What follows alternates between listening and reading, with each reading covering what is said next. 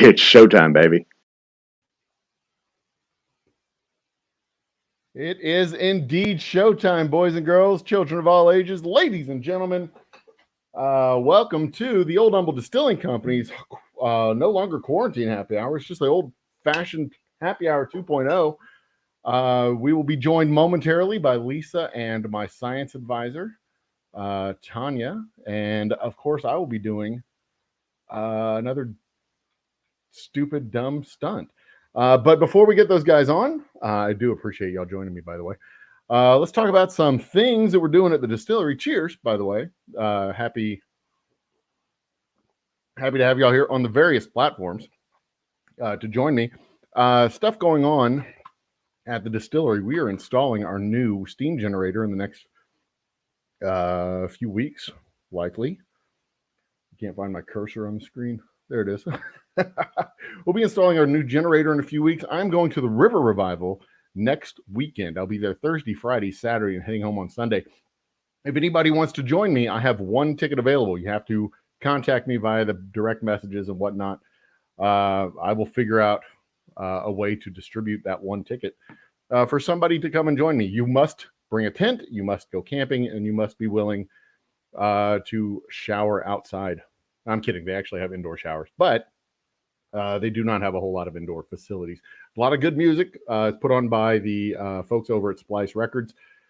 God, there's something like 25 bands who are going to be at this thing, and it's going to be dope as hell and a tremendous amount of fun. So that's where we'll be next week. We may stream from the show on Thursday afternoon. We may or may not. We shall see. I haven't decided yet, and I'm going to get there probably around 1 o'clock in the afternoon on Thursday. So by 9 o'clock, I may not be able to stream the show. That's entirely possible.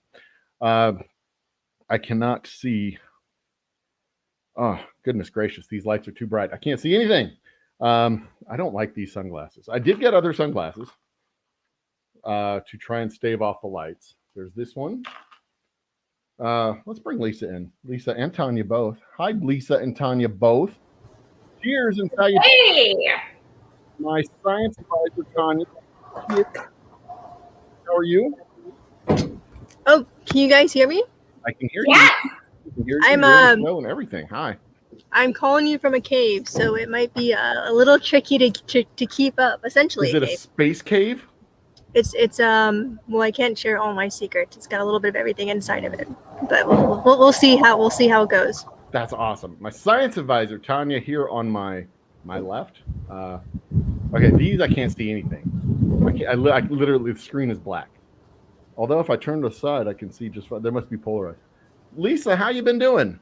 My legal advisor, Lisa, she's the one who comes on the shows and tells me that I'm doing everything wrong and that it's illegal and I can't do it. Thanks, Lisa. Yeah, you're welcome. You know, I try to keep you both out of trouble and alive. Well, yeah, that's ideal. That's ideal. See, Tanya comes on the shows and tells me that things are impossible. I got to figure out a new way to do it. Well, and I can do that. But Lisa tells me that they're illegal. So you were basically a human experiment to me at this point. So I'm just here for the data and the crazy science living through you. Well, you're in luck because tonight I'm going to produce data, a tremendous amount of data. Last time I had you on the show, we did the Death Nut challenge, which I don't think is really a challenge. It's just a dare. I guess that counts as a challenge. The Death Nut thing that we did last time you were on the show, I think you weren't on for the first Paqui one chip challenge. I think I did that one solo. Am I correct? Yeah. Okay. But you were both here for the Death Nut. You were both here for the Death Nut thing. That's in the dark. My lights are back here. And that was, I am not happy to say, extremely painful 2 hours after the show. And let's see here. The Death Nut has Carolina Reaper nuts. The new Paqui one chip is Carolina Reaper and scorpion peppers. So this one caused gastric distress 2 hours later. I don't know what this one will cause because this one did not cause gastric distress. So there you go. Yeah, included in Joe's gastric distress were texts to me in the middle of the night about his gastric distress. Yeah, I remember that. Well, I think at some point there was a moment where you were sweating so much that Lisa and I just didn't know what to say. We thought about setting up a safety word, but even the safety word wasn't helpful at that point. Yeah, my lovely wife, she brought me an entire carton of milk as a failsafe tonight. And she also said, you can text me if you need help. To which I said, you could watch the show and know if I need help. And she gave me that look on her face that was like, I don't watch that shit. I have other important things to do.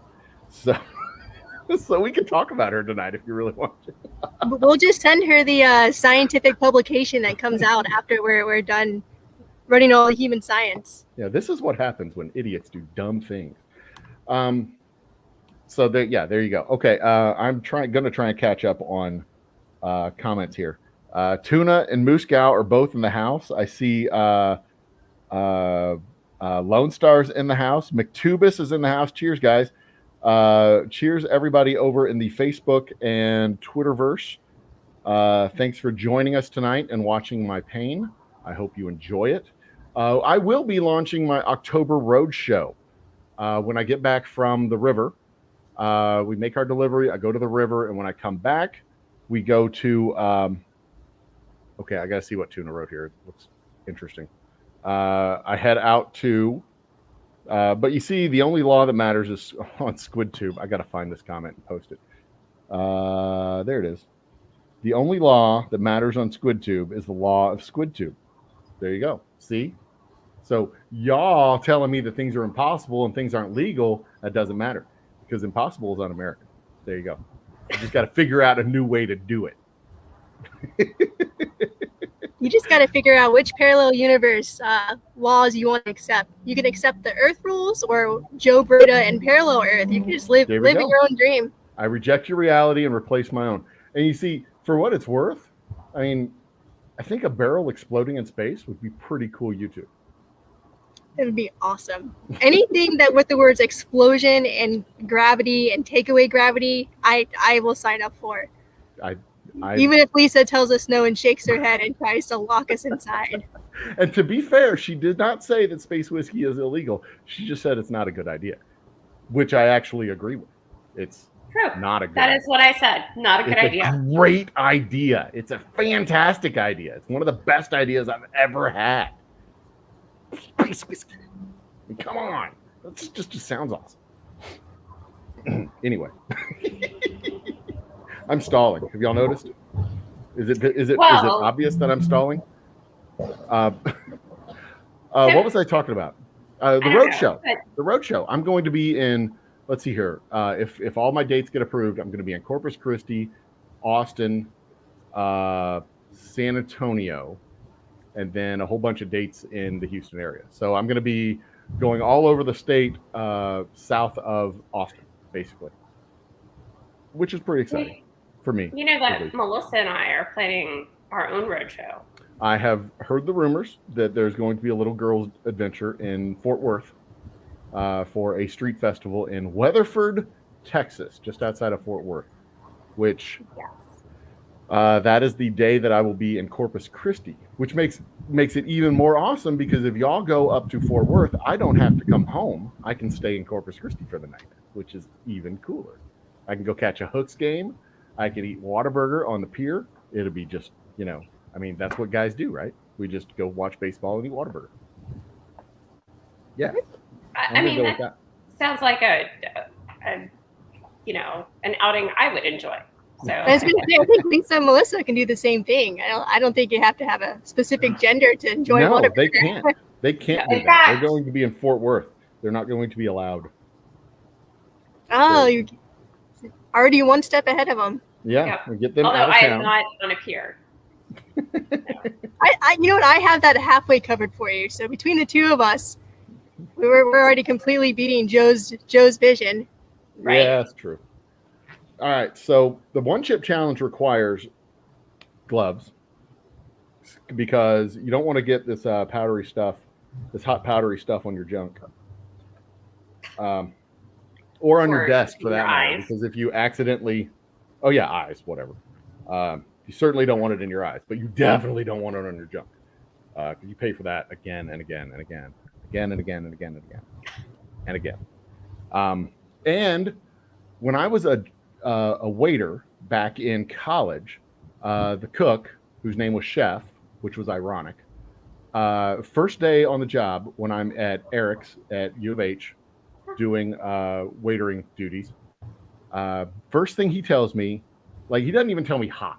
First thing he tells me, he says, "You're the new guy, right?" I go, "Yeah." He goes, "Come here." He brings me behind the counter to where his domain is. And he said, "Listen, it's your first time being a waiter at a restaurant, right?" I'm like, "Yeah." He said, "Okay, listen. If you get jalapeno juice on your fingers, wash your hands before you use the bathroom." And then he wiped his hands off on his apron, and he went back to work. That was it. That was my introduction to Chef, the cook at Eric's, when I was 19 working at the University of Houston.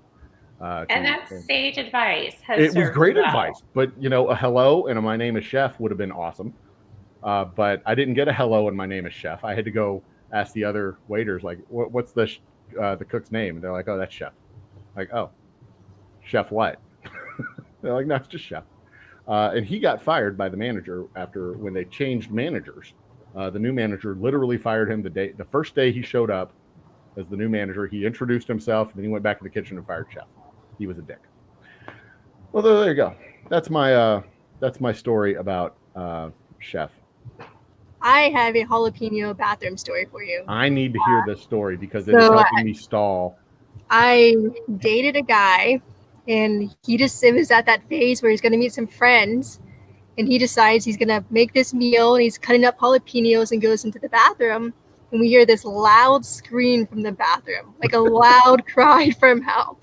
My friends are staring at me because it's the awkward phase where nobody really knows him yet or knows what to do. So I go in there and he's just screaming, and I'm trying to use my chemistry skills to figure out how to solve the situation. But I go to Google, like everybody else, get all my answers in life. And Google says you're supposed to pour some oil on the jalapeno covered areas. And that didn't work very well.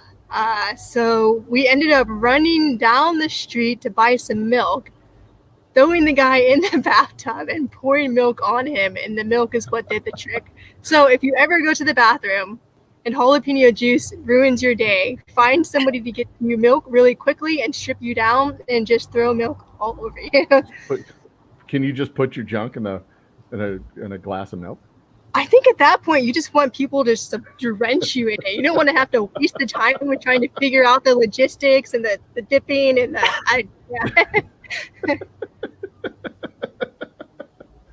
I'm picturing the whole saga of just well, and guys for screaming in the bathroom and then turning around going, "Bring me some milk." Yeah. Yeah, makes sense. Nice. Lisa, do you have a jalapeno juice on your junk story? No. Lisa's smart. She knows not to do No, that. I don't do stupid things. Yeah, thanks, Lisa. Okay, so I have my timer. I have my 1 hour stopwatch timer thing going, or starting, ready to go when I hit start. Let's look at what's in the box, shall we? Trivia question. What's in the box? Anybody? Anybody? Yes? No, there is nothing. No, it's Gwyneth Paltrow's head. It's always Gwyneth Paltrow's head. It's a trivia question, and the reference is always to 7. What's in the box? It's always, just like pop quiz, what do you do? Shoot the hostage every single time. Every single time. Pop quiz, what do you do? Shoot the hostage. You kids today, I swear. This is why I fear for the future of the country. Y'all don't know good movies. It's a shame. You say us kids, but you non-kids are over here eating the world's spiciest chips. So I don't know who's better off here. All right, fine, you got me. Also, all right, so we know my track record for, Yeah, no, you don't watch anything. You don't do anything fun. Right. You don't drink. You don't smoke. What do you do? Something on the inside. I was going to make a cocktail. Oh, yeah, cocktail time. Go ahead. I have to wait on my cocktail till after the chip because I'm not stupid. And I'm not that stupid. Carry on. I think we should stop giving him reasons to stall and just go into complete silence so he has to eat the chip. Let me start the chip, then you do the cocktail. Okay. Because it's 9:20, and 1 hour from now will be 10:20, because I can math. We open the chip. I should swap it out for like a regular tortilla chip when it's off camera. That would be smart. But I don't have any regular tortilla chips. So out of the bag, oh, it's broken. Oh, shit. All right, so there it is. It's another black chip full of lack of joy and whatnot. All right, time to start. I'm going to pop it in my mouth and start the timer. We ready? Kids, We're ready. ladies and gentlemen, brothers and sisters? All right, here we go. Paqui 1 chip. Well, it tastes So like ash. What are the rules for this one? Is it you have to wait every couple seconds before you do something? Nope, it's 1 hour. Holy shit, it's hot. All right, that's some sure heat. This is definitely hotter than the other one. Now, let me start the timer.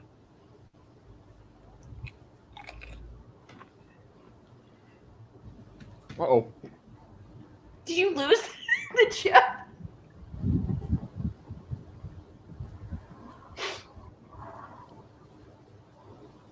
This is not pleasant.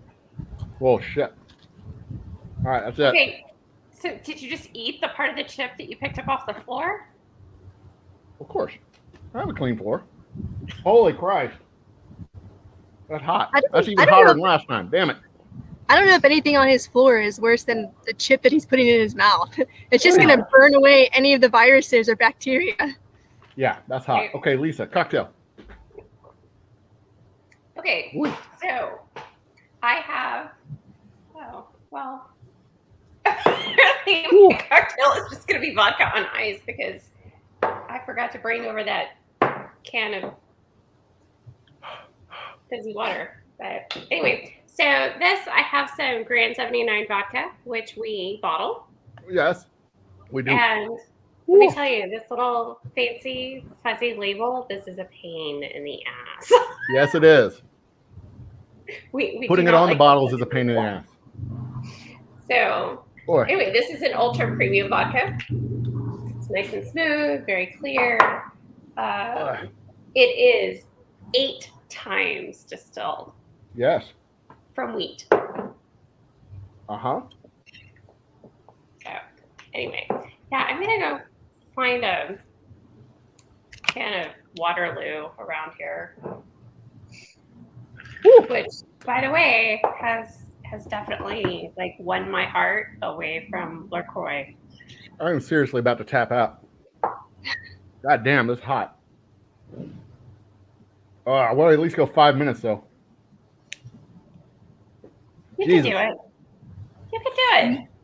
You can tell it's getting bad because more and more of your body parts are moving. So first it was a little bit of twitching, then it was the head, and now the arms are getting involved. Oh, Christ. Yep. That's hot. Come here, Lily. Kitty. All right, so cocktail is vodka rocks, right? Yeah, pretty much. That's nice. Tanya, so tell me. You're going to be so disappointed. I am the worst happy hour participant. I don't even have a glass of water in front of me. Zero beverages. I was going to ask, how big is space? How big is that should tee you up good. I mean, so you could say space is infinite. What I think is interesting is how far can we see into space, right? Yeah. And that's really just limited on our human innovation or human technology. So there's the Hubble sphere, the Hubble telescope, which lets us see everything that encompasses. And NASA's launching the James Webb telescope, which is going to let us see further into space. Does Hubble give us the deepest vision into space? It does, yeah. I think it's the strongest instrument currently in existence that lets us for visible light. For visible light, yeah, in space. Okay. What gives us the deepest vision for non-visible light, like X-ray and I don't know what the best stuff like that. Yeah, I don't know what the best instrument is that we have out there. What we use for a lot of So vision's an interesting word. Vision based on what we can see, or vision based on what we can detect. And so we do a lot of like gas molecule analysis. So there are instruments that will grab samples of these different gaseous species from space, and they'll piece together what's out there in existence based on that. I think that's really cool. So I heard recently that like the density of galaxies in space is like, you had like 7,200 square light years or something like that, you'd still only have like 2 galaxies. Oh, is that right? Space is so spread out. When we see these pictures, we see these clusters of billions of galaxies where it looks like it's all next to each other, but it's a lot of literally empty space. Or you'll get these gas cloud clusters where it's just these pockets of like hydrogen and helium. We're all just like descendants of hydrogen and helium. It's pretty interesting. Yeah, like Neil deGrasse Tyson always says that we're stardust. We're just stardust inside of us, and act to blah blah blah whatever. But not to get too uppity, because garbage is also made of stardust. Well, you could argue that some of us are garbage too, so I don't know. But so Neil deGrasse Tyson says this thing I really like where I forget the exact wording, and I can't do it in his voice, right? It's really his voice that delivers the message. Yeah. But he talks about how a lot of people feel small because the universe is big, but he feels big because the universe is inside of us. And that's just really poetic. That is something neat. Oh, Christ. There's a piece in my teeth, and I just touched it, and it started the whole fucking process over again.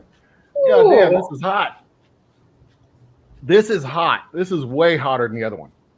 I mean, this initial 5 minutes is intense, and it's abating. It's getting less intense, but it is. Oh, this is uncomfortable. There's no joy in this chip at all. None. Holy cow. So, Marco, to answer your question, every time you swallow, not doing well right now.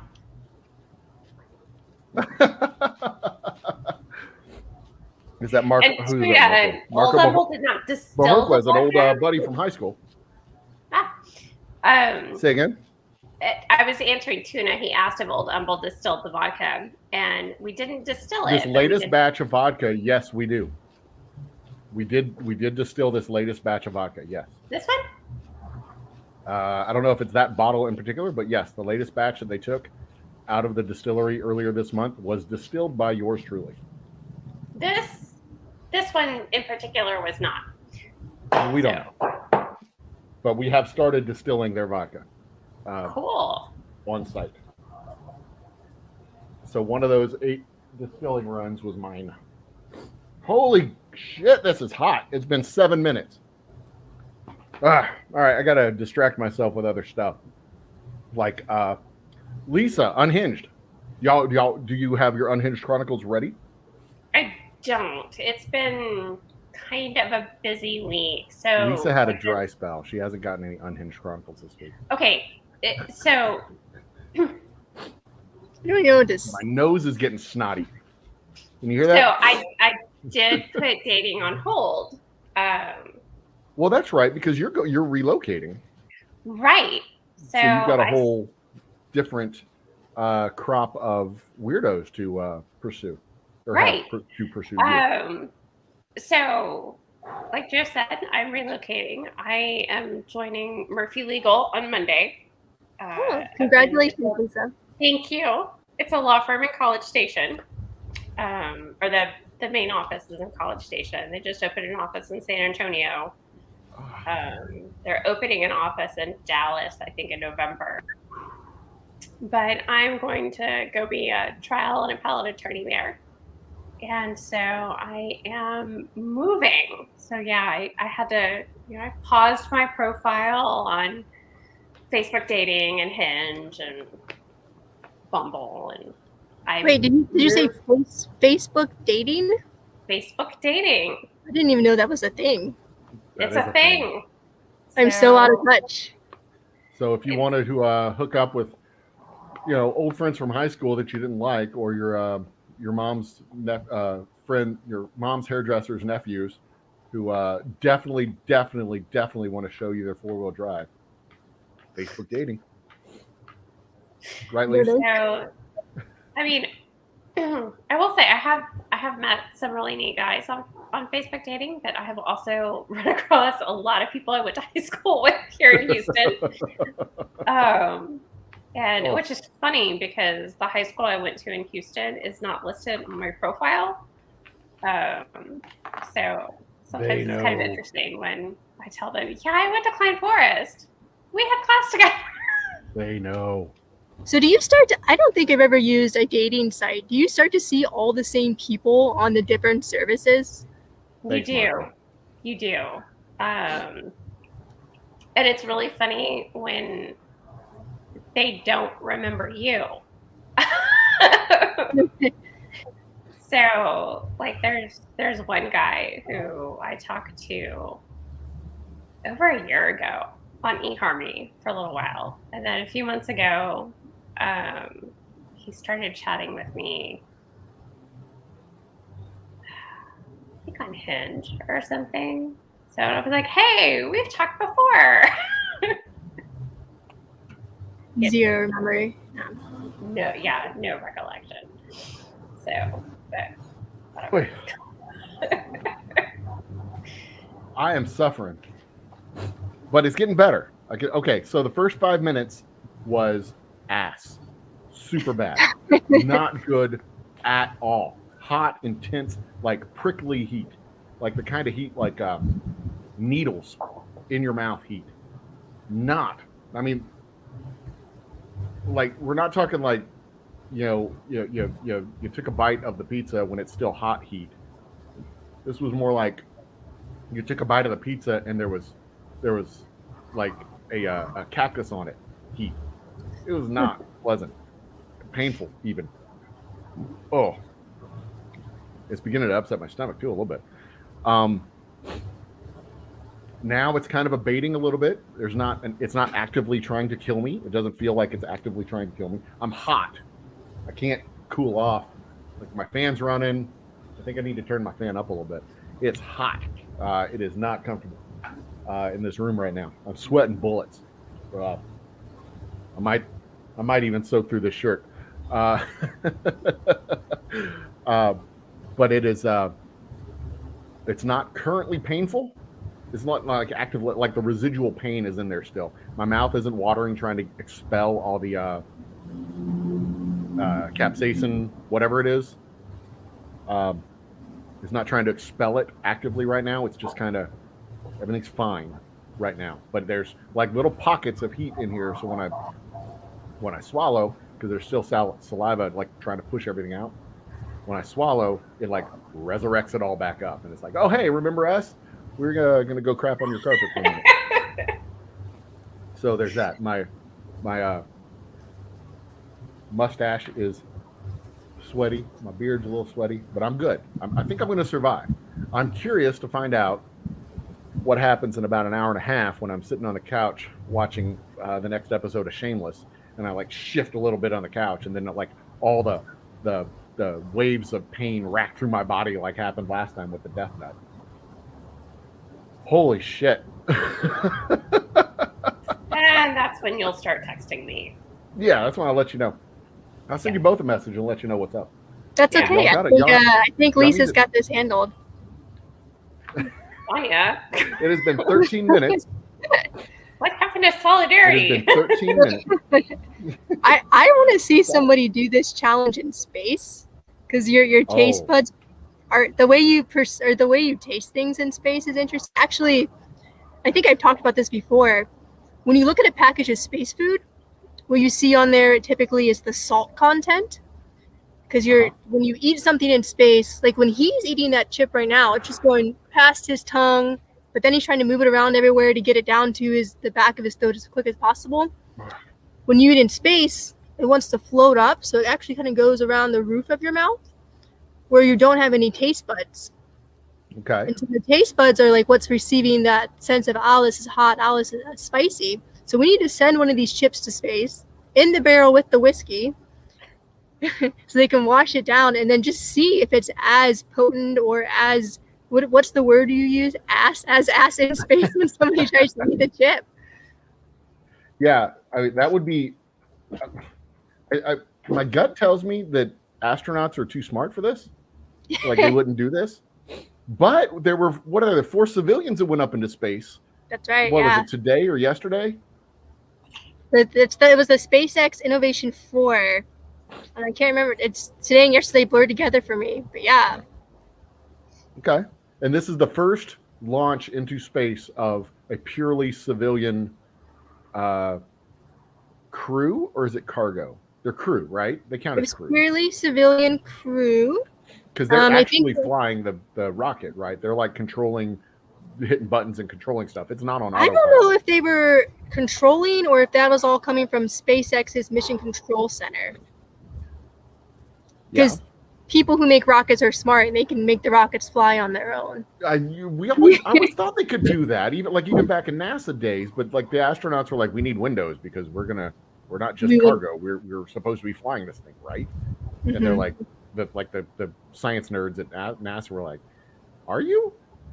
And then Neil Armstrong like grabbed him by the scruff of his neck and held him up and said, "We're doing this, nerd," and they did it. So now we're in space. Yeah, it's all pretty automated. They've got smart people that sit there and they work out all the trajectories and they figure out if the rocket's going to go this way, or how fast it's going to go that way, and how fast it's going to go this way. The astronauts just kind of sit back and enjoy the ride with a couple of G-force loadings, and they wear a diaper. So I guess the word enjoy is a strong word depending on your perception, but then they get to the space station and then all the autonomy goes away. Yeah, that makes sense. I mean, they because all right, instead of making a statement, I will ask the question: what is the benefit to having actual people in space versus just pure robots? We've invaded an entire planet with robots. What's the benefit of having actual human beings driving the robots versus the robots doing what the human beings tell them to do? So this would need to be a whole other episode. It depends on which route you want to go down. If you want to go down I personally like pushing the boundaries of what humans can do and seeing what's out there and what we're capable of as a motivation. I think that's beautiful, but I know for some people that's not enough. For some people, they take a more dark and morbid route and they say, we're all going to die one day. This planet is doomed. Let's go find another planet to live on and learn how humans can live in space. And humans living in space is not an easy thing to do, and it takes a while. Everything's a trial and error process. And hopefully you learn from the first time and you don't repeat the same mistakes and eat the same chip the second time, and you get better and better each time. Well, a different chip with one slightly different iteration. Yeah, exactly. Oh, see, the way I figure it, it's hard to live in space because we don't. Yeah, our bodies are Earth bodies. It wouldn't be so hard. Yeah, we are meant for gravity. We are meant for the chemistry of Earth. We are meant for not living in radioactive environments. We are meant not for living on a planet that's mostly comprised of carbon dioxide. We just are not. We're Earthlings for a reason. But adaptation and evolution is a thing, and we can learn to be things beyond Earthlings. And so I think that's one of the things that we're trying to do with human space exploration, figuring out ways to make ourselves these interplanetary compatible beings. Yeah, I agree. I'm giggling at the comments over here because I'm a dope, but I am listening because I can do two things. But yeah, I mean, it seems to me the adaptation is the hard part because it's not just physical adaptation, and the environment is extremely hostile for us to exist in for obvious reasons, kind of like the ocean, except the opposite. That's profound. But we don't have. It's going to take a very long time for our bodies to get used to it over the course of several generations, and in the meantime, we have to like create things to keep us alive. Adapt our environment to fit us until we can adapt us to fit to the environment, and that may like legitimately never happen. Like it could be a very long time for speciation to happen between Earthlings and Martians, for example. Especially if we're continuously sending Earthlings up to Mars. I mean, we'd have to like separate the populations entirely for 300, 400, 500 years. Is this your dream where one day you're sitting on Mars doing a chip challenge with your best Martian friend? seeing who can handle it more. Well, see, like doing a Zoom meeting with Mars with whatever Martian food they have up there. See, I would think that like the stuff on Mars would be entirely different than the stuff they have here. Like us sending a Paqui chip to Mars for the Martian people to eat wouldn't have the same effect. And whatever weird stuff they come up with on Mars, because of the less gravity and the higher oxygen or lower oxygen, whatever their particular environment would have, whatever they have up there, if they send it down here, it would affect us entirely. Yeah. I like to think about this. So when we look for aliens, right, or other life, I shouldn't say the word aliens.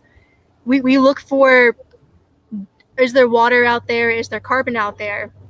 I like to think there are other life forms that survive on things that aren't water and aren't carbon. And most of our food is carbon-based, right? You find carbon in everything. It's delicious. But if you go to another planet, maybe all their food is sulfur-based, or maybe all their food is hydrogen-based. And so what does that taste like to them? And is spicy even a thing? Right? It's just like, what are the factors that set them off if you got this whole other food set? That's really cool to think about. I haven't thought about that before. That is actually one of the things. God dang! I just had a fresh little patch come up. It's not like vomit, but it's like a little molecule from over here moved over here, and it's like fresh on my tongue. Damn it! But that's the sort of stuff that that's the sort of stuff that occupies my mind when I'm noodling away at the distillery, bottling stuff or labeling stuff or whatever. I filmed when I was building the electrical room inside the distillery. I was working there for like 3.5, 4 hours, and I was recording the whole thing while I was doing it. By the way, a build out video is coming in the spring. And it occurred to me that during that entire video, I never said a word. Like there was nobody to talk to, so I didn't talk. And the only sound on the entire recording is the fan in the background and the hammer going. But that's the stuff that I think about on a fairly regular basis of that weird stuff from space. But there's a channel. This is completely tangential to that. There's a channel on the YouTubes called How to Make Everything. And in this channel, this is a guy who is like progressing through how to literally make everything from scratch. Digging up copper ore and boiling the copper out of the stone and all that stuff. And in the same way that like I think about, if we're looking for aliens and we don't know what the aliens look like, what are we looking for? Obviously, we're looking for us out in space. But like this guy, he's like coming up with these technologies that we already knew about. But like the people that came up with the technologies, they didn't know what copper was. So they didn't know to put it in hot fire and make the copper molten and turn it into other stuff. And I find that stuff to be, like, how do you find things that you don't know what they look like? You don't know what they are. How do you find sulfur-based life forms or hydrogen-based life forms or whatever the hell weird alien creatures would look like? And I guess that's what science fiction writers are for. It's fun to think about what an alien soup would look like, and I mean that from the perspective there are theories that alien soup, but there are theories that humans came from this primordial broth, and so we were all stewed right in this organic broth. Gotcha. This organic broth of molecules, of volatile compounds, organics, ammonia, yada yada yada. What does this broth look like for aliens? How do you get a giant vat, throw some stuff in it together, and then out comes your alien? Like, what is the secret recipe for alien alchemy? When you said alien soup, I thought chicken noodle. Like, what would their chicken noodle soup look like? That was the first thought that popped in my head. Moose Gal likes vodka drinks. So there's a song about whiskey drink and a vodka drink and a cider drink. Anyway, but yeah, like, and would the same ingredients make the same thing? In fact, Neil deGrasse Tyson. I should get him on the show sometime. Fuck that. I don't need Neil deGrasse Tyson. I have this big-brained, awesome chick right here next to me. Where's my thumb? There it is. This big-brained, awesome chick. I'm pointing down to Lisa. She's on my screen. But he says, if we ever find a DNA molecule that turns the other direction, we know that it's not Earth-based life, because everything that we know of turns, to the right, clockwise? Their DNA goes clockwise. If you find one that goes the other direction, then it's obviously not of this Earth. Which the same type of question. Does the same juicy minerals make this exact same thing, or do they turn? Could it possibly turn the other direction? I don't know. I don't know. I don't know the answer to that question. I know how to make whiskey. Yeah, I've never thought about it from a geometry perspective. If you just look at the way the helical coils move, what does that tell you about the life form? I don't know. Somebody needs an alien fabrication lab. They just need a bunch of different pots, and they need to have one where they're just looking at all these different churns of DNA, and one where they're just throwing random shit in, and one with just taking some different forms of dark matter and throwing it into the other pot and just waiting to see what happens. I've been involved in a human creation lab. That was fun. A low success rate, but several trials. We went through several trials and only had 2 successes. But it was a fun experiment. Ongoing, I'll add. Well, congratulations on your successful science. It just created humans, though. It just created humans. Marco just texted me. He said the commentary is kind of funny. Thanks, Marco. Appreciate it, man. I think he's joining us through the YouTube or through the Facebooks, which is cool. And I'll add, if you're joining us through Facebook or Twitter, by all means, go on over to our YouTube channel. Give us a like. Hit a subscribe. When we get to 500 subscribers, we're going to do something. My plan is to spend the night. Spend the night in the haunted cemetery here in Humble. Bring my own spirits to the haunted cemetery, as is appropriate, and be appropriately what's the word I'm looking for? Reverent? Is that the word I'm looking for? No, these look stupid. I'm not going with those anymore. Try these. I'm trying out different ones to see if I can be satisfied with the look. These are darker, but they look better on camera. These are lighter, but they look like insect eyes. Anyway, be appropriately respectful at the cemetery that is definitely not haunted. And it will. They're working on getting it to be a national landmark status. So that's kind of what I'm shooting for the 500 subscriber special. So go ahead and like the video, subscribe to the channel, do the notifications, and all that stuff. So we're probably looking at trespassing and camping without a permit and public intoxication. I won't be intoxicated. So our brains went to different places, Lisa, because I was like, ooh, what if we can set up a distillery at the cemetery and do science while he's there? And then you can have cemetery fabricated or distilled alcohol. That sounds pretty fun. Yeah. I am legitimately and truly thinking about working on a vodka line that will dedicate a portion of the proceeds from that vodka to care and maintenance of the cemetery, with the hopes and goal of getting it to its national landmark status that it definitely deserves. So that'll be coming out probably when we open the tasting room, because even in a whiskey tasting room, we do need some vodka-based cocktails, right, Moose Cow? Every good tasting room should have a couple of good vodka-based cocktails, even if it's just a vodka cream, or a vodka liqueur or something like that.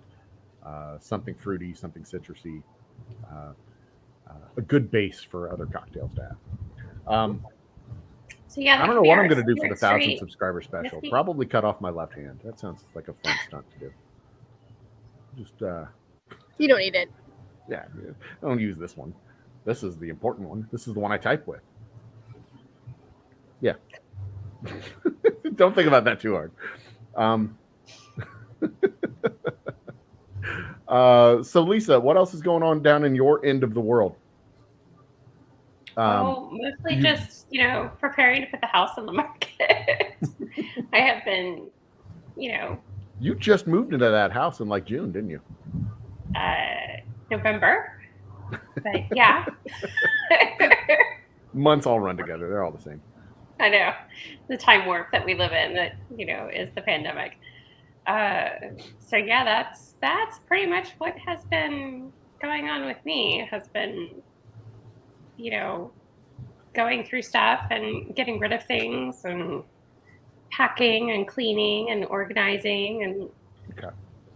Lucy, you seem like a very organized person. When I move, I go in with a plan, and I'm like, okay, I'm going to put this here. Things are going to be neat and packed away when I arrive to my new place, and all that goes out the window by day 2.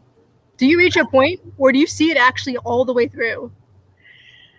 Her day planner is color coded. It is color coded. He has color coding days. That answers the question. Well, yeah, no, the execution does not always turn out that way. She has a day in her day planner set aside for setting up her day planner. That's I didn't know that to be true. I was just kind of going off on a lark on that one. I'm not at all surprised that it's a fact. Some of us try to hide pictures of like us doing drinking or us doing illegal things, and I feel like you try to hide pictures of like a pile of a mess in a corner or a box that's not neatly packed together. Those are your hidden secrets that you don't want anybody to see. Don't open any of my closets right now. Yeah. See, Lisa doesn't come into my office, and this is why. Come here, you. Because I've got that over there, and I've got this back here, and I've got that disaster back there in that back corner. But you see, that's like a filing system. So, I know what I've got going on back here. This looks like my car. Lisa, you can never ride in the car with me. You will have a heart attack.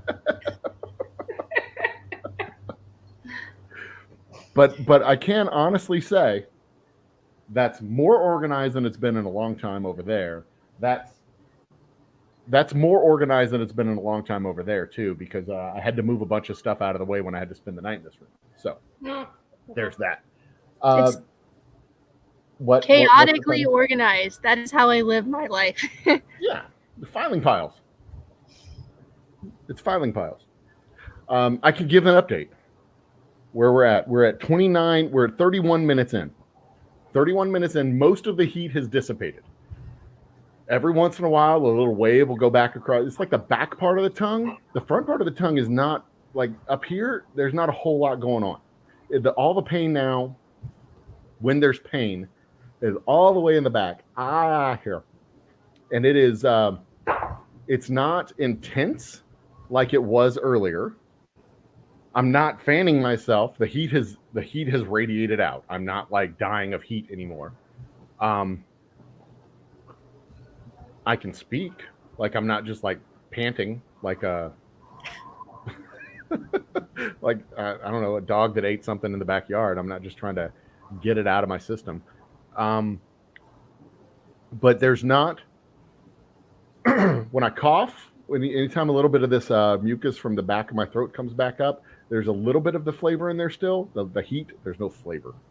A little bit of the heat, but it's mostly, there's mostly nothing left. At this point, like if you get through the first 5 minutes, ooh, there's some. Ooh, that was unexpected. It's like a shard of glass. But if you get through like the first 10 minutes, it's easy sailing from there on out. It's that first 5 or 10 minutes is just like, it's painful. It is not pleasant, and it's not like the death nuts. The death nuts, it kept going and kept going and kept going. It's only like a 15-minute challenge or whatever for the death nuts, but it lingered for another like 30, 45 minutes or so. There's a little bit of sting that keeps popping up, but at this point, I'm good. I'm pretty sure I'm solid. The big question is going to be, what about the revenge of the chip? What happens in the morning? What happens later on tonight? Because the revenge of the first chip, there was not a lot of revenge. There was no aftershocks. There was nothing in the morning. I was full on expecting flaming toilets the next day, and there was nothing.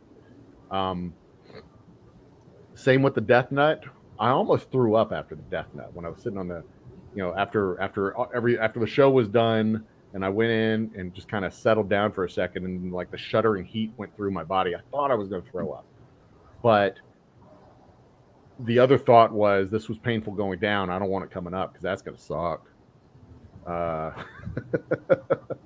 So I was able to keep it and maintain, but man, those next couple hours were brutal. So I'm curious of what effect this is going to have in the next couple hours.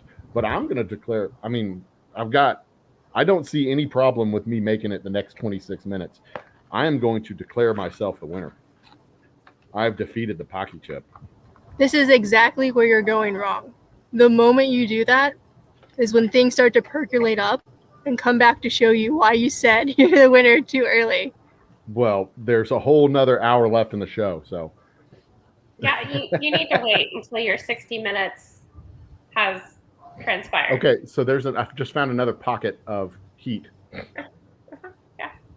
So what happens when you have that much spice and that much heat, like every part of your head tries to block it off from going inside of you and expel it out the front. So your nose starts to run, your eyes start to water, your mouth starts to water, your throat closes up, and it's like, this is poison, this is bad, expel it from your body.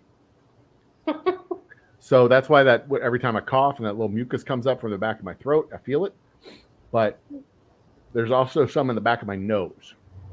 So if I swallow in a particular way, I taste it again. I think it kind of sounds like your body's in shock. Have you ever seen those YouTube videos where somebody steps on a fishing hook and it goes to their foot and there's no reaction because your body goes into instant shock? And then once you process it, then you start to feel things. This could be what's going on with you. Your body's in shock, and then you cough a little bit, and then it starts to become a little more reality. Entirely possible. I never thought. I mean, when I watch some of the Paqui chip fail videos, they kind of reminded me of people getting sprayed with mace, the pepper spray, the like pepper spray training videos where they spray and like everything just explodes in tears and sweat and spit and snot. And when I watch the fail videos, that's kind of what it reminds me of, that like your body is actively trying to eject everything that's happening in this area. But it didn't occur to me that it could be shock too. Like your body actually just shutting down out of, and then the like closing off the whole flavor, receptacles. That's the word I'm looking for. Well, it's a defense mechanism, right? Your body could do the thing you said where it just tries to expel everything. So think about when you get food poisoning and you just like every orifice in your body. Or it can just completely say, I'm going to shut all my systems down and not even allow myself to feel anything to expel it. So I don't know. Entirely possible. I think it's, if that would have happened, I think it would have happened sooner because there was an intense reaction early. And it doesn't feel like there's none of the stuff going on that was happening earlier. Like I'm not sweating bullets like I was in the first 5 minutes. I'm not having to fan myself. None of that's happening anymore. So I'm hoping I'm not in shock. That would okay. Be no. That's a good data point. Yeah. I agree with that data point. Now I can also talk about another defense mechanism that we have here. Is the latch that keeps our dog in the backyard. It wasn't working over the weekend because of the rains, and we had to adjust the defense mechanism to keep the dog in the backyard.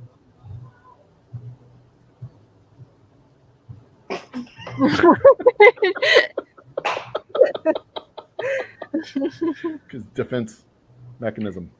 I know. I did not know how to react. It was a completely neutral. I think the complete 5 seconds of dead air silence was the appropriate reaction to that. That was even better than any other active reaction than I could have possibly expected. I was in shock. I was trying to muster up some sort of reaction, but I couldn't. You were in shock. Your entire body was shutting down the invasion of that idiocy, which is appropriate.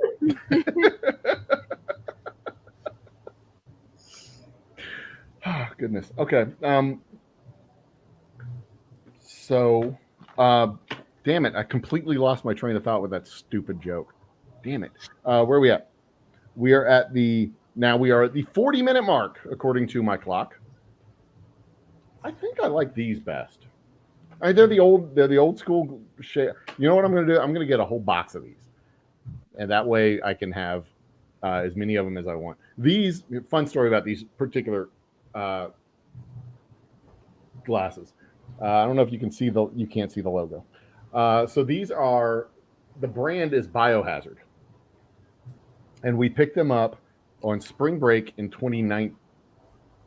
Spring break 2019. No, spring break 2020. Right as the pandemic was beginning to spread and break out, we were visiting my aunt and uncle out in Flagstaff. So we went to see the Grand Canyon and all that stuff. We stopped off on the side of the road, a little roadside shop. I needed to get a pair of sunglasses. I grabbed a pair of sunglasses, Biohazard sunglasses. And then as we're making our way back from Arizona, schools announced that they're not going to open up the week after spring break. We're going to get another week off. And we're like, okay. That's when we stopped and got an extra 2 days worth of supplies in Albuquerque, extended our trip for another couple of days. And then after that, when we heard stories of all the shit that was happening in Houston, we got a whole nother week's worth of supplies before we came home because they still had groceries in Albuquerque. So that's how we started the pandemic. And the quarantine happy hour shows with my Biohazard shades to block this ridiculously bright lights that I have to have in here. I still haven't gotten these fixed. I need to get these improved. But there you go. I think these are just the ones that I need to stick with. Disagree? Yeah, agree? Did you see any of the other ones that you liked? I think if you find something that works for you, why change it? Ollie. I'm sorry, say it again? I was just saying if it works for you and you like it, why switch it up? Yeah, I think you're right. And I'm not even sure I like this. It looks good. I look dapper. But it feels, I don't like it. I'm not sure I like it. It's hot. Well, maybe if you stop eating Paqui chips, you won't feel quite so warm. But well, there you go. hey, Tanya, I know that you've got something at 10 o'clock? Yeah. Do you have anything in particular you'd like to plug before you run off? I'm fresh out of ideas. We talked about space. We talked about zooming with Martians. I think we lot going on with your brain tonight. It was fun to watch. I think we covered everything that's I got up there right now. Dude, I'd like to see the Martian Olympics when we have that would be so cool. When we have full-on colonies on Mars, and their leisure is going to look something different than the leisure on Earth, and they can't do Earth stuff on Mars, and they won't be able to do Mars stuff on Earth. I can't wait to see the indigenous Mars Olympics when we actually have colonies up there. I really want to see. I got to get out of here, but I really want to see. So the tallest mountain in our solar system is on Mars. It's Olympus Mons. And I just want to see a bunch of crazy ass aliens train like triathlon style and try to race each other up to the top of this mountain. But before I dive into that, I gotta go because otherwise we're just be here. That needs to be an entirely another show, and I'm gonna write that down in my show notes. Tanya, it's been fun. Cheers. Bye, guys. See you. Hopefully soon. Tanya. She's so much fun. She is so much fun, and I love the way that she thinks. Like it's creative and inspiring, and she's absolutely brilliant. She's working on, I don't want to talk too much about her projects, but she's working on projects she's a super inspiring individual. Just her entire story is amazing. But she worked with a large space agency for human, obviously human, but for life support systems, habitation in orbit, and extraterrestrial habitation.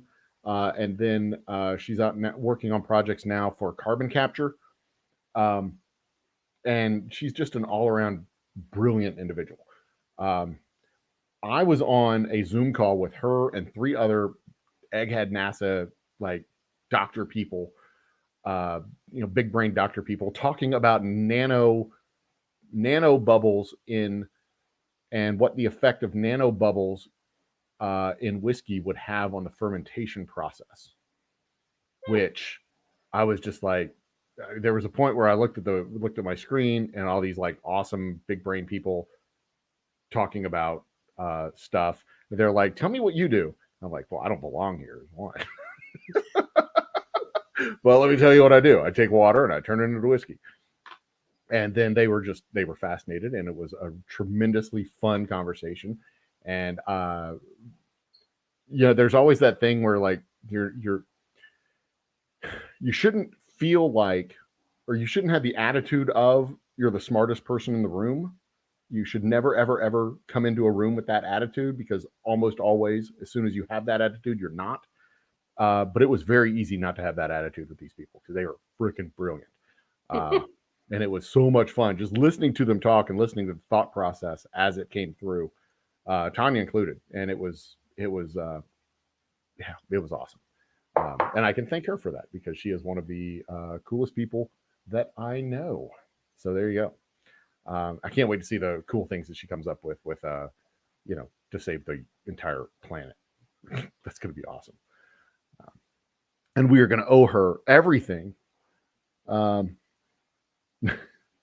McTube must have just heard the dad joke. The absolute dead silence there.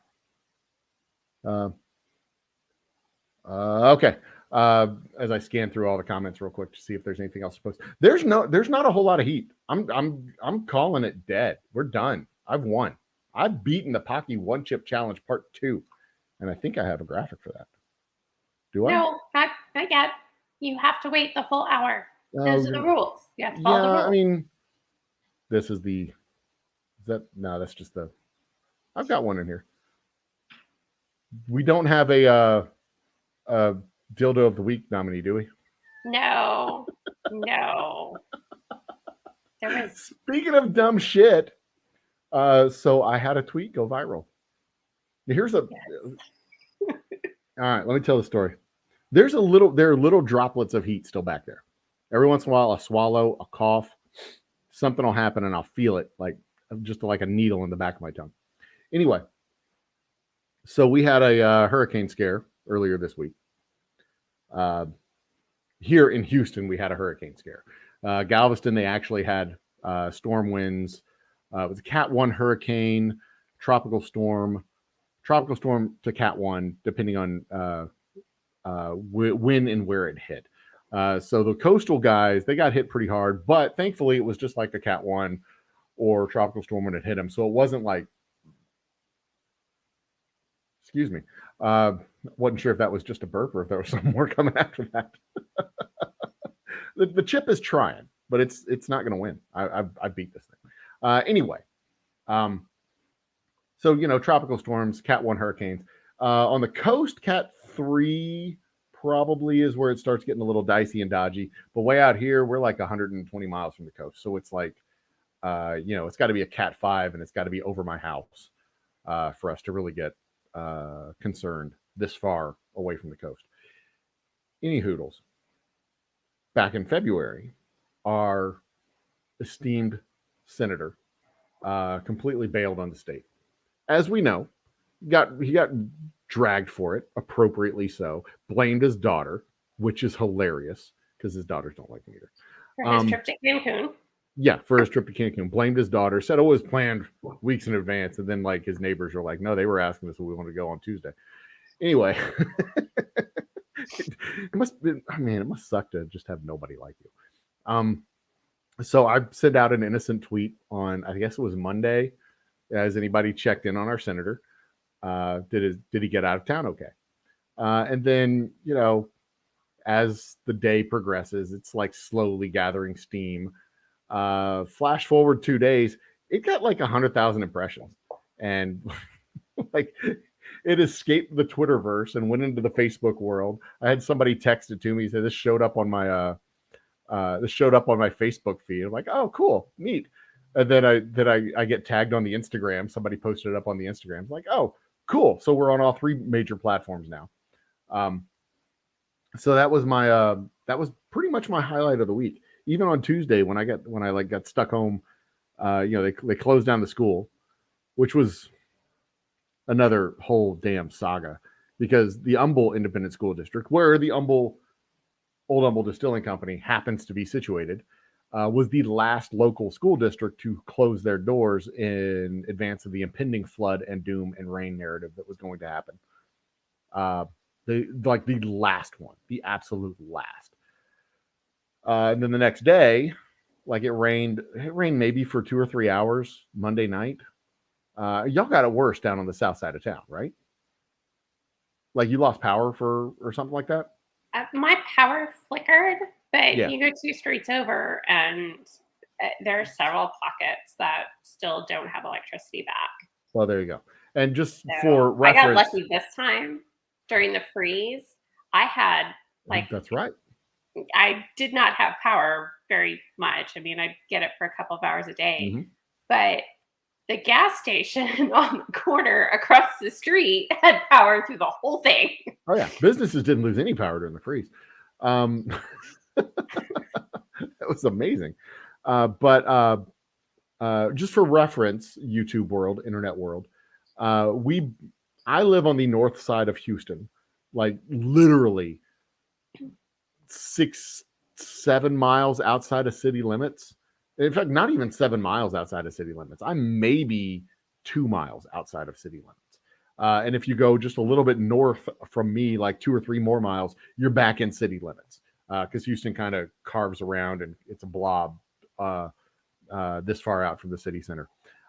Lisa, you probably live, 40 miles away from me and in the city of Houston, right? Or is it 30 miles? 40? No. Is it 20? It's a 40-mile round trip. You're probably about 20 miles away because I know you're close to Carl, and Carl's also about 20 miles away. Right. The University of Houston is 15 miles from my house, if I'm not mistaken. Then I am 16 miles from your house. Yeah. My old office was 22 miles away from my house, and in the city of Houston. So that's how big. Pardon me. Don't die. I'm taking an inventory real quick to see if that was a fleck of if that was an innocent cough or if that was a chipped cough. And I'm not feeling the heat. No, I'm not feeling the heat. It's an innocent cough. And there's 8 minutes and 45 seconds remaining in the hour. Anyway, but that's the size that we're talking about. We're talking, direct crow flight is probably it probably is about 15 miles direct by the crow. Going on roads. Well, I don't know. You probably know how far it is to the distillery. It's the distillery is only 15 minutes from my house. So anyway, that's pretty much where the storm kind of veered off to the south. It went to the south side of town and not at all to the north side of town. Anyway, the parents on Tuesday for our school district were complaining because the school district closed down too soon. It being the last one to shut down on Monday night, they were complaining on Tuesday because their precious little Connors and their precious little Mitzies, Chelsea and Trevor, were at home with them and they weren't in school. Why are my babies not in school? Like, Jesus Christ, people. They shut down the school. If they'd have waited till the morning to shut down the school, you'd have been pissed about that. And then if it started raining later that day, your precious little babies would have been trapped in school, and then the school district would have been very irresponsible for opening up or staying open. But all that said, they did the right thing, even though it didn't rain. It was basically Cub Scout preparedness rules.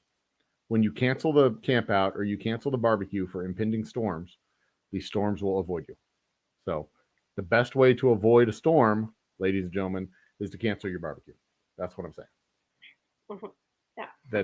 It is a hard and fast Cub Scout rule. And the only hard and fast rule that you should follow as a Cub Scout. Generally avoid everything else that is hard and fast. That's another hard and fast rule for the Cub Scouts. Avoid hard and fast things as a Cub Scout. But they have rules and regulations to prevent that stuff now. And that's good. That's very good. No Unhinged Chronicles this week? Oh, I might be able to find something. Don't overexert yourself on my behalf. I just ate the hottest damn chip in the universe for y'all's entertainment. Have Nobody should expect Lisa to do anything. Oh, no. Oh, shush. I don't like have giving a you proper shit. PowerPoint set up. It is so much fun giving you all the shit. It is truly, truly a pleasure. And you're not, I mean, it's unfortunate that you're not going to be in the show next week. What? Because, well, I don't know. I might be able to do StreamYard from my phone. But I don't think I'm going to have a full hour-long show next week. Wait, next week? Next Thursday, yeah. Where are you going to be next Thursday? I'm going to be at the River Revival on Thursday next week. Where is that? In San Marcos. Well, near San Marcos. It's in New Braunfels. And we will be at the KL Cliffside Ranch and Cliffside, I think. KL Cliffside Ranch. Yeah, that's where it is. Oh, and it's funny story. Ooh, tell us the funny story, Lisa. I'm going to be in San Marcos. You're going to be in San Marcos next week? No shit. Well, come by and say hi. Wednesday through Friday. No kidding. Yeah. That's hilarious. Because I'm going to be there. I will be rolling in there Thursday afternoon, and I will be staying till Sunday. That is awesome. You should definitely come to the music festival and tell me what happens. Okay. Because as I've stated, I will be unsupervised. Right. So I may not remember the whole party. Right. I mean, that's entirely possible. That's entirely possible. No. There's no heat. There's 4 minutes and 30 seconds left, and I have no pain, no discomfort, no heat, no nothing, nada. I'm dude, I'm saying. Pretty strong, huh? I'm feeling good. I'm feeling good about it. Unless now I am distinctly curious as to what's going to happen around 11 o'clock, 12 o'clock, and 1 o'clock. And I know y'all are curious too, because y'all are going to get the texts. Ooh. Well, that's just a burp. That wasn't anything following it. I'm nervous about that. Any kind of rumblings and grumblings coming from down here. I'm kind of nervous about that. But yeah, this is gonna be I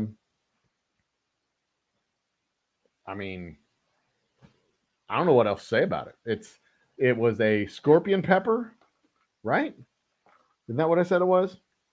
Carolina Reaper and a scorpion. Carolina Reaper and scorpion. Yeah, Carolina Reaper and scorpion. And last year it was Carolina Reaper and Sriracha Heat. Sriracha Heat is what it says right there. So it was clearly the difference in the sharp, hot burn that came at the very beginning, that first 30 minutes, because that was distinctly uncomfortable. But following after that first 10, I think it was 15 minutes where it was where the heat kind of dissipated. I got Tanya talking about space, which helped to dissipate the heat because space is huge. That was my secret plan. That was my not very secret plan. That was my plan, was to use the size and immense vastness of space to dissipate the heat into. See, and it worked. Mm-hmm. It totally worked.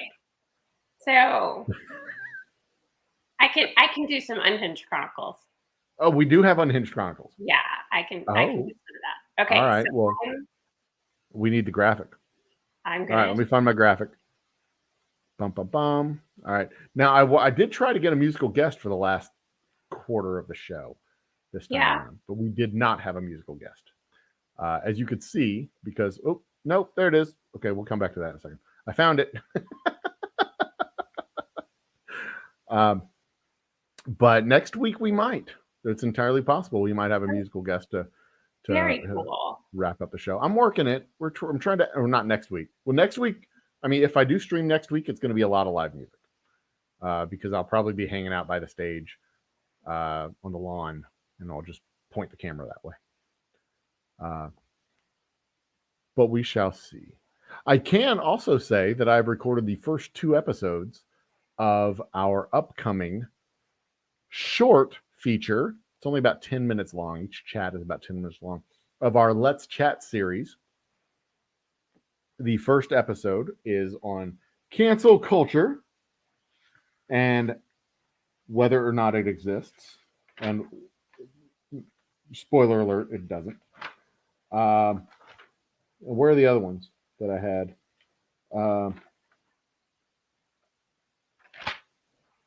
Where's it at? Oh, those are musical guests.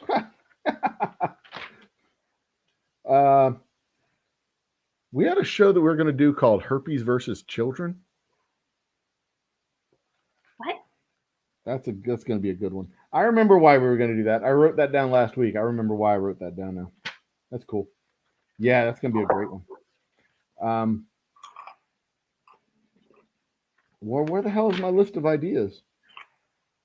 Oh, here they are. We're going to talk about cancel culture. We're going to talk about human nature versus learned social behavior. We're going to talk about personal liberty and whether it's a myth. And then the idea of good versus evil. Like, all of these are good, like, conversations, good things to chat about. Oh, there's my hour. Good things to chat about at the water cooler or in a bar. Because it seems like and I want to keep it like the goal when I write out my ideas is to use it to speak about these things the way normal people would speak about these things and kind of avoid Nazi references and, well, Hitler did it. And, the way that we talk to people on social media over the last year and a half while we've been in quarantine, well, the way we forgot to talk to people face to face as we emerge back out of our holes and go back into bars and go back into offices and start talking. That was interesting. And start talking to our coworkers and friends again. And, when people start saying like dumb things that make you like take your drink and go, okay, and go to the other table. One, it's okay to take your drink and go to another table because you don't have to listen to how, the Illuminati is secretly bugging our telephones. Okay, there's a fleck somewhere back here because when I take a deep breath and I sigh out, I can feel it trying to come up. That's what that cough is. But it's been an hour. I haven't drank anything since I ate the chip. I win, bitches. You win. I destroyed the Paqui One Chip Challenge 2021. And it wasn't, I'm not going to say it was easy. It was not. It was not as bad as the Death Nut, but it was definitely worse than the challenge from last year. And it was not pleasant, not fun, not at all fun. But I'm willing to wait an entire year to do that again. Sure. If I do it again. I don't know if I'm going to do it again because that was stupid.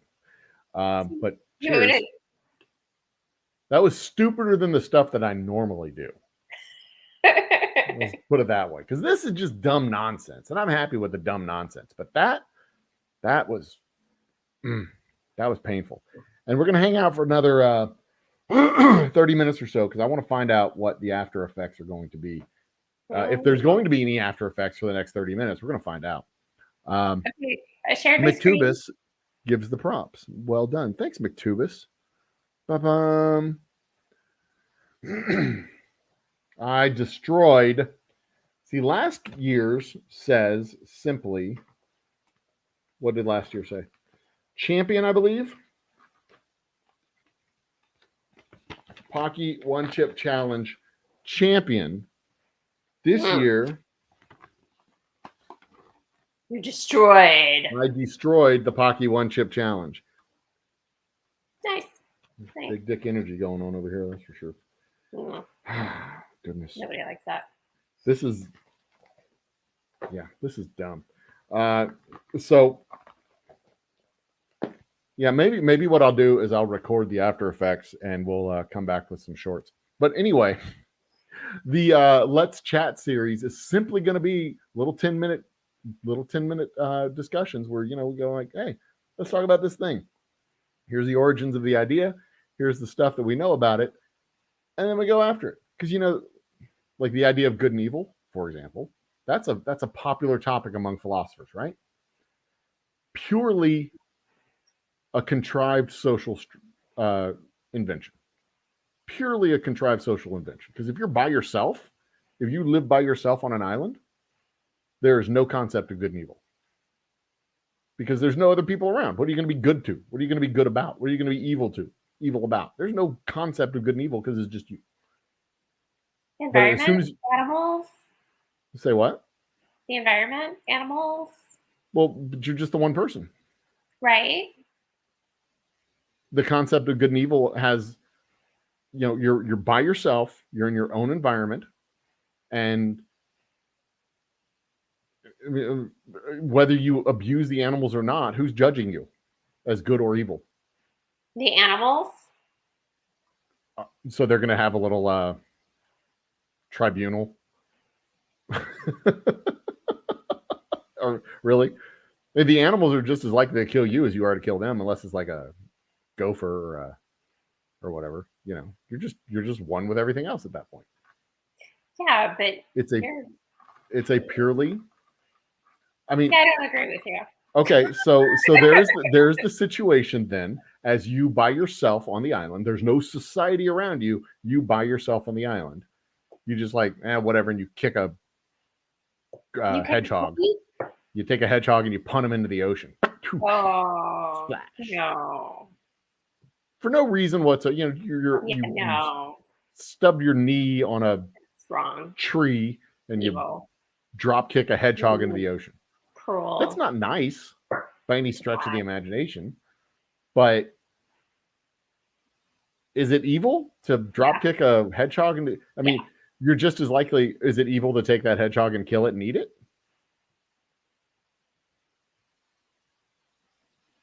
Probably not. No. No. I mean, that was for a purpose. Okay, so would it be evil to take the hedgehog and nail it to the tree to keep the crows away from your camp? So they go over there to wherever the hedgehog is nailed to the tree. I'm using a hedgehog. I don't know why I would use a hedgehog. They're awfully cute animals, but they're super cute. Again, a rabbit. Let's go with a rabbit. There's like trillions of rabbits. Also cute.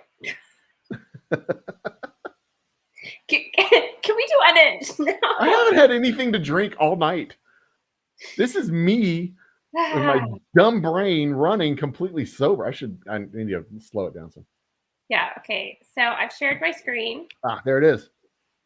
Wow, that was an interesting flavor.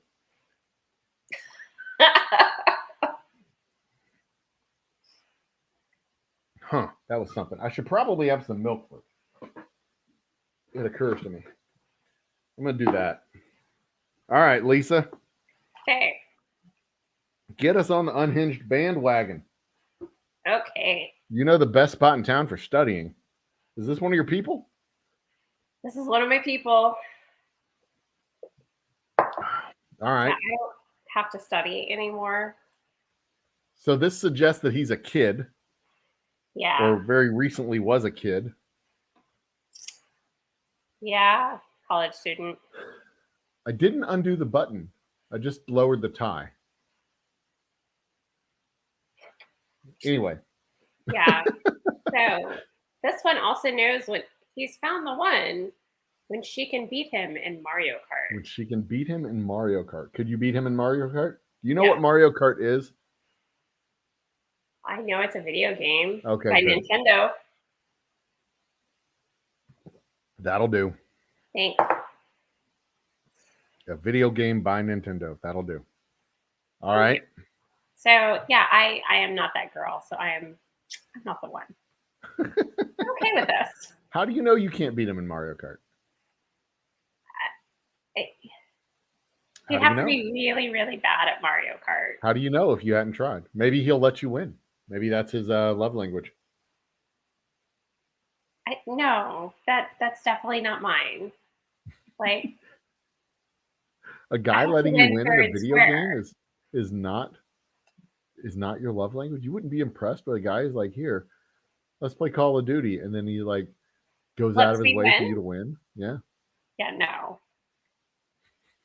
Let's play basketball. You could totally. It takes like 7.5 hours. He's like, we'll just go to 2.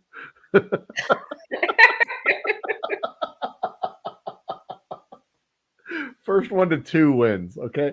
1. First one to win to make a bucket wins. God, this is no. I don't want anybody to let me win. That's so fun. Okay, what do we got here? I don't know. Don't have children. Wait. But he wants. This one wants children. Do you know? They don't have children, but they want children. Got it. Right. Do you know what my profile says? Don't have children. Do not want children. So they're instantaneously incompatible. Yeah. Catholic Houston. What is that? Moderate housing? No, moderate politically. Oh. That's like a Capitol building. That's a Capitol. Got it. Yeah. Am terrified of frogs. Yeah. Frogs. Believe it or not, I am terrified of frogs. Frog. Okay. Of all things. Is that a deal breaker? That's a deal breaker. You got frogs? You know what my favorite movie is? Attack of the Frogs? The Muppet movie? That's got a frog in it. Does. It's got a frog Muppet. A frog doll, whatever. What would you call Kermit? He's a Muppet. He's a Muppet, a frog Muppet. Yeah, okay. Yeah. You think he's afraid of frog Muppets? I don't know, but it just says frogs. It doesn't specify, whether. I mean, at this point, Kermit's a frog. He is. He's a Muppet. He's a frog Muppet. Right. I mean, he's as much a frog as Miss Piggy is an actual pig. So, Still, he is Kermit like the this frog. Tall and he talks. I'm not sure he's a real frog. So, I have a friend. So I one of my favorite memories of my children actually involves a frog. We had a stump on our back patio, and it was time to throw the stump out because it was full of beetles. And I loaded up onto the cart and I'm pushing it down the end of the driveway. And my son comes up to it and he goes, "What is that?" And I'm like, "It's just the stump from the back patio." And I set it down and he looks over it. He leans over the top of it to look. And out of the hole that's in the middle of the top of the log, a little frog goes, "Boop," and pops his head out. And my son, who at the time was probably 6, he throws his hands up. His eyes bug out, just big old bug eyes. I swear it looked like his hair stood on end. And he goes, "Oh!" And he turns and he runs up the driveway and goes into the house screaming for my lovely wife. It is the single most hilarious thing. Well, one of the top 3 most hilarious things I've done with or to my kids in their entire lives. And I still got plenty of time to scare the piss out of them. Is this Lefty? I think it was Logic. Oh. That this happened to. And also Logic is the one that I hid under his bed and reached my hand out from the side from the wall and scared the piss out of him one night. Oh, God, good times. Back when I could crawl under beds, scare my children. Okay. Enough of the frog stories. What's next? This guy's simple pleasures in life are fresh laundry, which, okay, I get that. Totally get that. And protein shakes. I forgot to do the graphic. Do not. Unhinged. Okay. So. Fresh laundry and protein shakes. Right. Fresh laundry, I totally appreciate as a simple pleasure of life. I mean, take it out of the dryer. It's all nice and warm. It smells good. And this sounds like a CrossFit bro. It does, doesn't it? I would avoid. Yep. Like on principle. So, Unhinged Chronicles. This is part of my profile. Uh-oh. Yeah. Pin my socks together with a safety pin. Roll. Wait, that's you? Yes. Okay. What? I'm not at all surprised. Right? Oh, so his commentary is "Oh my." Yeah. What a piece of shit. I mean, I don't blame him. That's what I would do. But to be completely honest, if I were single and I was on these dating sites, I would probably go for all of it just to see what kind of crazy, weird train wreck shit comes out of the gutter when he just constantly like, I'm down. I want to see, I'm in for the adventure. I mean, I can't imagine what kind of a disaster going back out on the dating market would be as a 45-year-old, 46-year-old man. Should something happen to my lovely, well, I guess I'd be 47 because I'd have to take a year to grieve. But find a house because I probably got kicked out of the house. I mean, I'm under no illusions. If shit goes upside down, it's me who's leaving. She's gonna go live with my mom. But just the steady drumbeat of disasters. I mean, I would be down for the adventure just to see what kind of weird, lizard people, funny feather hat people, whatever, backward shoes wearing, just strangeness that would just bubble out of these things. Because I know a lot of weird people that are really fun and fantastic. They're not necessarily my type that I would be like, I mean, I love hanging out with them. They're fun people to hang out with, but it's not like it'd be like, I'm taking you home tonight, because they're not they're fun people to hang out with, but I could never date somebody who pins their socks together. I mean, that's not 3 times, probably. I'd do it twice, They'd be like, let's see how this goes. And then do it one more time. Like, did I do anything wrong? And then after that, I'd be like, nope. It's definitely you, not me. But that's why I like hanging out with weirdos like you. And you don't even impale yourself with stuff. No. And that's some of the weirdos I hang out with literally jam things through their skin. And it's like, you do you, buddy. That's cool. I'm not gonna, but I like hanging out with those people because they're neat people. But yeah, we'll leave it there. What do we got next? A guy who's not sure where I was going with that, but we're good. And I'm like, dude, that's not weird. That's not weird at all. No. And if you think it's weird, then yeah, that's like something you say in high school. Like I'm really weirdly attracted to like the smart chicks. Like in high school, that is weird, but for normal people, that's not weird. Because once you get older, you don't want to talk to girls about what's going on in geography class. Well, you just skipped over one. What was that? Go back. Is that the way to win me over is enjoy my cooking? That sounds like a command. Right? The way he wrote that. Like, enjoy my cooking! Hey! I'm like, okay. At least with arsenic too? Or else. Yeah. All right. Huh? Yeah. Oh, it's a cute puppy. It's a cute puppy. Hey, yo, but puppy. the puppy is kissing his face. Yeah. Yeah. No. Our beagle used to kiss faces. And that was his thing. Wally doesn't kiss faces. The current dog we have, our shepherd mutt, he doesn't kiss faces. He doesn't kiss at all. He keeps his tongue to himself, which is awesome. But our beagle would slobber on everything that he could reach his tongue to. And that was gross because he ate cat poop. Yes. And I would try to warn people when they came over before he started licking them. There was this one guy who came over to our house, and as soon as he saw Rusty, he got down on his knees. He's like, oh, he's a sweet baby. I'm like, you don't want to. And before I could get the rest of the sentence out of my mouth, Rusty was on him, just slobbering all over his face. And I was just like, all right, buddy, you're good. Enjoy that. Sorry. I mean, but have fun with that. And he attacked this one little 5-year-old girl. I say attacked.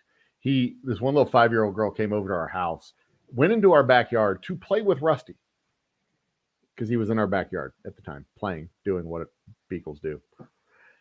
And she goes and she opens up the gate, used the defense mechanism, opened up the gate, closed it behind her, and goes into the backyard.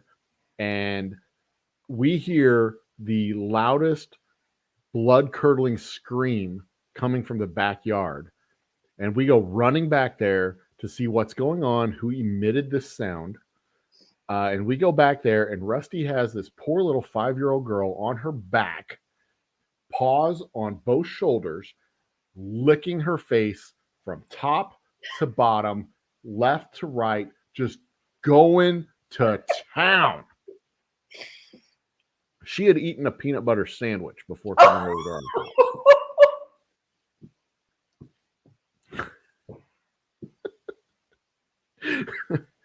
I could see the remnants of it still on her face. He hadn't gotten it all off yet. But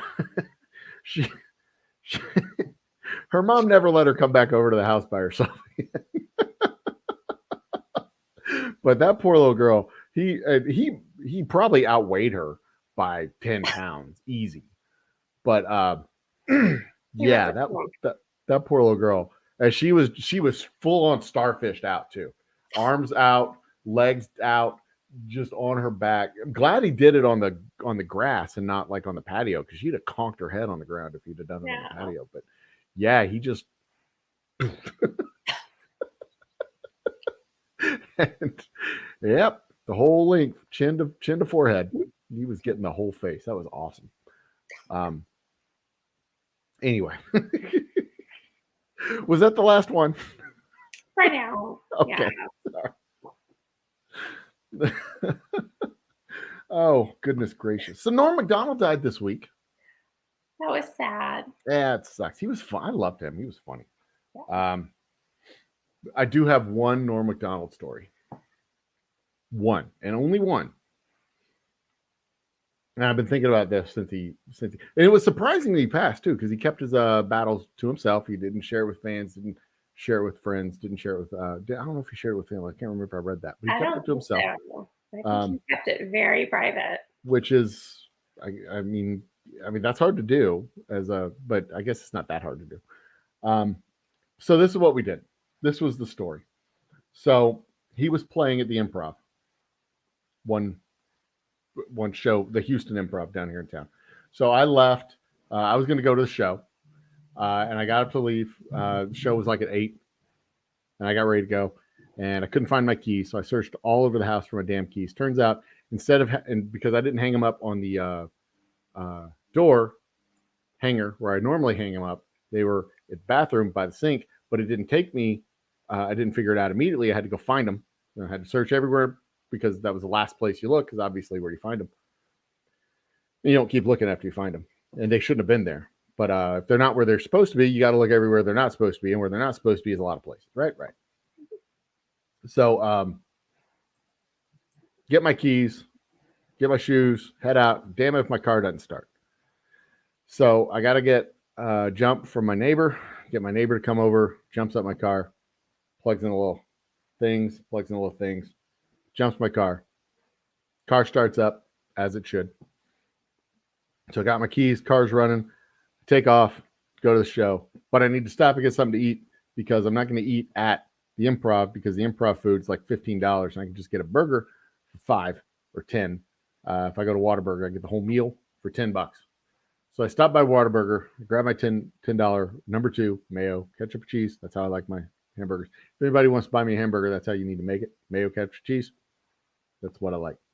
No, unless I go to Five Guys, because at Five Guys, it's bacon, cheese, lettuce, and tomato with A1 and mustard. So there you go. Five Guys is a whole different setup. Where was it? Oh, got my food. Get my food at Whataburger. I don't want to eat at Whataburger, because I don't want to eat in Whataburger, and I'm in my car. So I just pull off and eat my food there in the parking lot. And I still got like 30 minutes before I need to get to the show. And it's fine. I got plenty of time to get to the show. Head out. After I eat my food, head out. I'm going. Turns out I had the time for the show wrong. His show was not an 8 o'clock show. His show was a 7 o'clock show. So I find out about this because I was looking to confirm my ticket, and I did not have an 8 o'clock ticket. I had a 7 o'clock ticket. So I wasn't 30 minutes early. At this point, I was 30 minutes late. As I'm rolling up to the Improv, I confirmed this, that I am now 30 minutes late for a show that was supposed to start 30 minutes from now. Although at this point, I was 45 minutes late because it took me about 15 minutes to get to the Improv. So I get there anyway. I figure maybe I can catch the second show, maybe, if there's like 2 shows that night, because maybe he does an early show, maybe he does a late show.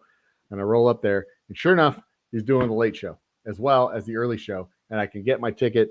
I can exchange my early ticket for the late ticket, which is great because then I can still come in. And so I still have time to catch the late show, which is great. We're going into the Improv, order a drink. It's 2 drink minimum. Order my first drink, hanging out in the lobby, waiting for the second show to start. And finish my first drink, order my second drink. They start seating for the second show. I go on in there for the second show. And so anyway, Norma Mcdonald had a show that night. And it was really good. That's my Norma Mcdonald story. That's the day I met Norma Mcdonald. He was a great guy. So there you go. Did you ever meet him? No, I did not. He would not have remembered me. I was just some guy who said hi to him and shook his hand. There you go. So. Ever tell you the time I met Matt McConaughey? So I was in Austin.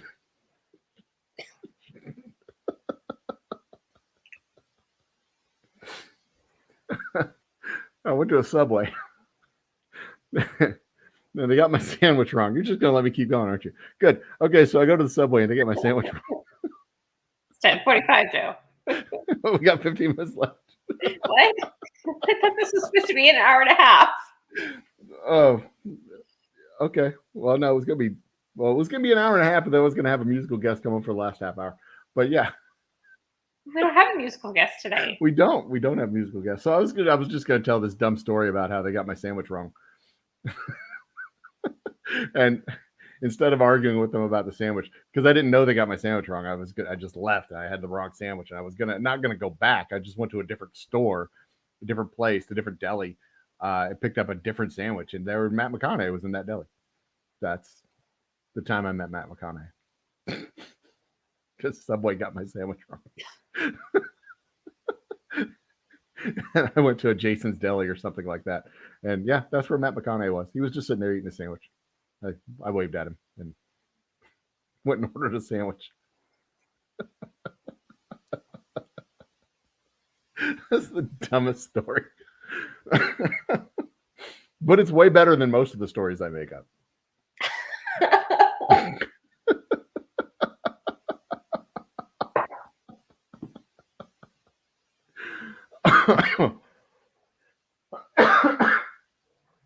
That was just a normal cough. There was no pain reflux on that particular cough either.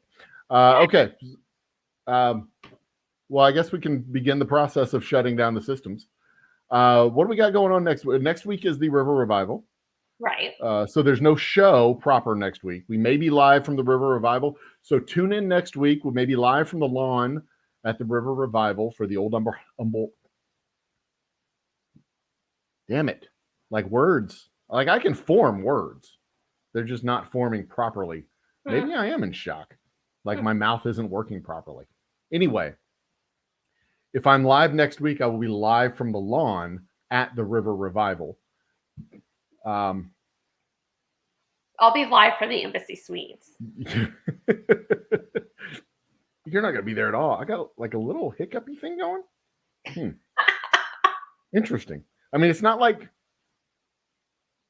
I think it might have been the milk that's like giving me the hiccups. I don't know. But it's not like there's not like pain associated with it. There's not like displeasure of the distress that comes with the chip that I was feeling earlier.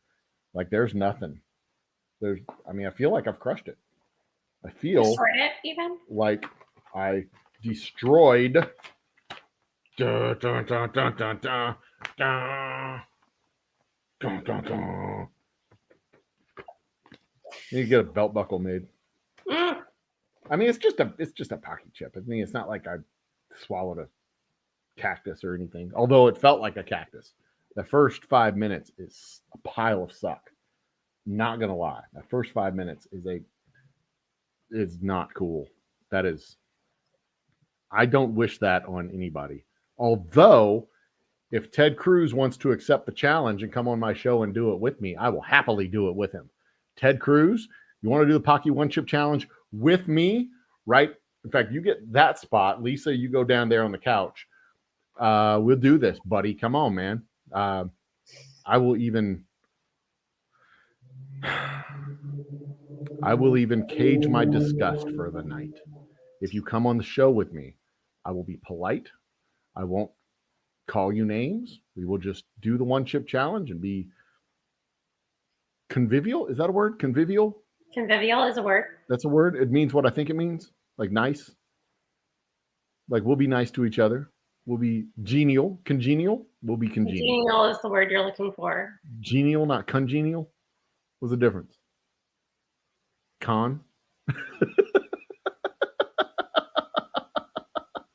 That's the difference between genial and congenial. Con.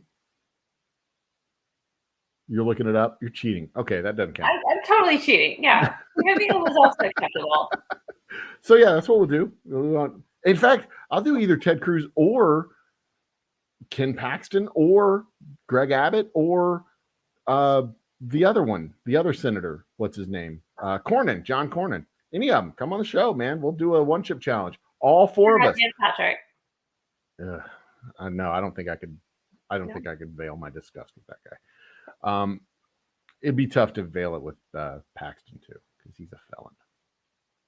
Am I allowed to say that out loud? Like he's an indicted felon. I don't think you can't say he's convicted. Well, wait, was he convicted? No, he wasn't convicted. Not yet. It hasn't happened yet. Yeah, not yet. But he was indicted. Yeah. Right. Awaiting trial. Yes. Pert sack. But yeah, we get the whole power structure, the Texas power structure, not that power structure because it is intermittent. We'll get the power structure that actually like functions. Get them on the show. We'll all do the One Chip Challenge together. It'll be fun. I will not do the One Chip Challenge. It's real easy. Let them. Yeah, we'll all do it. I'll buy the chip and I'll send it to you. Say what? I will not do the One Chip Challenge. No, not you. But I will buy the chip and I will send it to them, and we will all do the chip together. And I think that'd be cool. Yeah. I mean, I may have a regular tortilla chip, but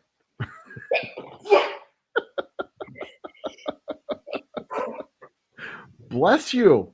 Thank you. And I'm allowed to do that because I'm a reverend. True story. I'm going to marry people at the distillery when we open up.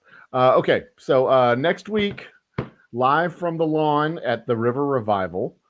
And then the week Suites in San Marcos. And do you want to join me on the show next week? Really? Yeah. All right. If I do a show, I'll send you the link. There's just all they're doing that night is a casino night thing at the hotel. Nobody noticed that. Nobody noticed what? Oh, I saw it. You can't see that? Like nobody made a comment on that. Is it shiny enough? Did people see it? We're going to do something with that in the next couple of weeks. The Astros have a magic number currently of 11. I'm not sure how the game tonight went, but in a totally unrelated thing, I may be giving away that bling bottle on this show in a couple of weeks' time. So next time we have a show from the studio, I will unveil the finished product. And then the next week, we'll give it away to somebody. It'll be awesome. It'll be sweet. I got a few finishing touches I need to throw onto it. And then we'll give that bad boy away. It's pretty. It's gorgeous. I'll have our first episodes of the Let's... Say what? Is it going to get you another cease and desist letter? No, it is completely and totally not related to any existing franchise or any resemblance to anything or one living or dead or in existence or not. Is purely coincidental.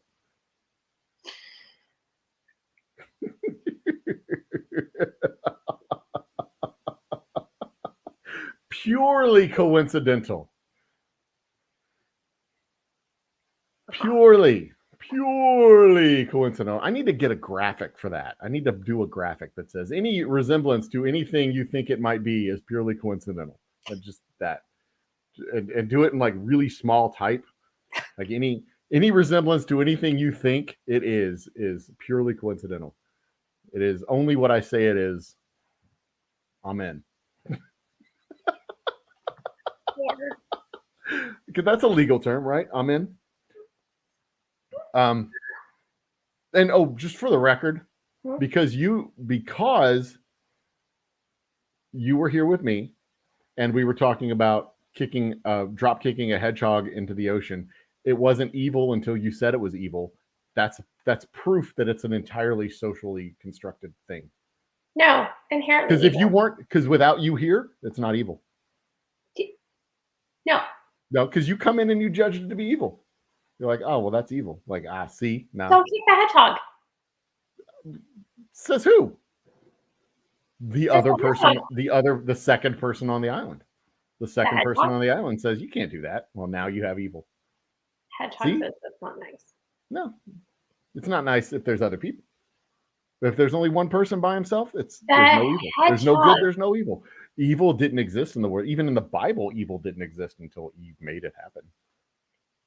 See, that's what happens. I bring some skirt into the studio over here, and she's like, kicking hedgehogs is evil.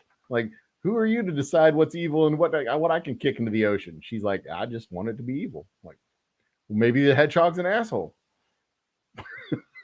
It doesn't make it right. It doesn't make it wrong. Hedgehogs can be assholes, and they need to be kicked into the ocean. Don't kick the hedgehogs. What if he's an asshole? Stop. See? Evil is a social... So anyway, that's going to be one of the episodes of our Let's Chat series, because it's going to be fun. And literally, me, coffee, camera, 10 minutes, go to your water cooler and bug your coworkers, because they don't have any work to do. Work is complete fiction anyway. My road show starts back up. The October road show. It may be the last road show I ever do. I have 12 dates, 12 appearances across the state of Texas. This may be the last time people can actually catch me physically in stores on a regular basis. Any future events, we may have one more road show after this, but after that, future events will basically just be few and far between. There'll be like literal special occasions, like Willy Wonka coming out of his chocolate factory. So it'll be pretty cool. What else we got going on, Lise? Am I forgetting anything?